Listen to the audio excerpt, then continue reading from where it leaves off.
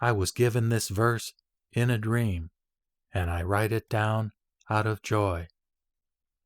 Amida's primal vow is to be relied on, for those who have faith in the primal vow will attain the supreme enlightenment in the Pure Land as the effect of the benefiting power of Amida, which is working to embrace us without forsaking even one.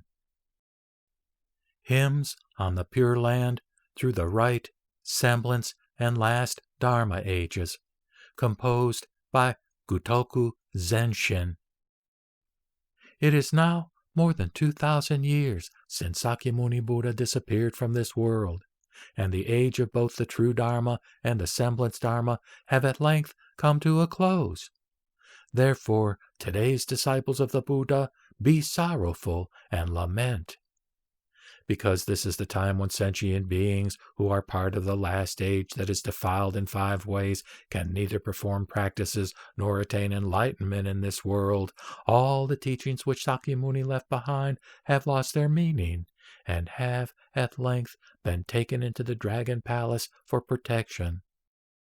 The teaching of Amida's primal vow has been taught and spread in all 3 ages since Sakyamuni's death. But in the final part of the semblance age and during this last age, all the ways of goodness and merit through self-effort have been taken into the Dragon Palace. According to the teachings in the Daijukyo concerning the course of the world after Sakyamuni Buddha, the world is presently in the 5th 500-year period since the Buddha's decease. And because it is a time when the prevalence of violent fighting and quarreling is firmly established, Sakyamuni's sacred teachings are withdrawn into quiescence.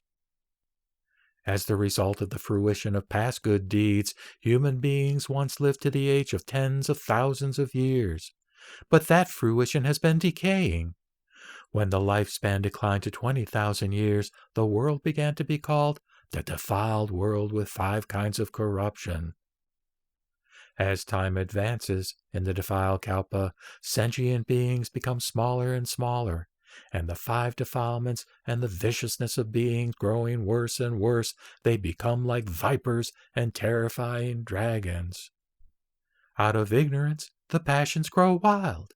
They fill the atmosphere everywhere like countless particles of dust, and in the form of covetous loves and bitter hatreds that arise, now from conflict, now from accord, they are like high peaks and mountain ridges. Heretical views caused by ignorance flourish. They grow into forests of bramble that entangle defiled hearts. This causes men to be suspicious and slanderous of those with faith in Nembutsu. Hence, violent attacks by men poisoned with anger abound. In the last age, the world is defiled with lifespan degeneration, so that beings suffer death after but momentary lives, and men, together with their surroundings, are destroyed. That is, the opportunity to hear the Dharma is missed. Moreover, turning their backs on what is true and seeking refuge in what is perverse, men senselessly inflict harm upon themselves. This is the last age, the 5th 500-year period since Sakyamuni's death. Sentient beings of the world cannot attain the moment of liberation if they lack the heart of entrusting to Amida's vow of compassion. The 95 kinds of false teachings pollute and confuse the world. Only the single path of the Buddha, Amida's primal vow, is pure. Only by emerging through birth in the Pure Land and attaining enlightenment can one benefit beings in the burning house of this world, for returning to save them thus is the natural working of reality. When men and the age are defiled in 5 ways, people fight over the teaching, and suspicions and verbal attacks on those who entrust themselves to the Nembutsu grow more and more widespread. The people who may never attain supreme enlightenment are those who seek to do harm to the single practice of pronouncing the name. The result of destroying or slandering the teaching of sudden attainment through the Nembutsu is that they will float endlessly on the vast ocean of samsara. Although we imagine this to be the age of the perfect teaching, and ourselves beings who can comprehend and fulfill it, we are but the least capable and most ignorant of common men, and have nothing of the heart of purity and truth. How could we ever think to raise the aspiration for supreme enlightenment? The enlightenment which is aspired for through the path of sages, through self-power, is truly beyond the ability of our minds and words to comprehend. How is it possible to raise such an aspiration for us who are common and ignorant, having sunk in the sea of samsara?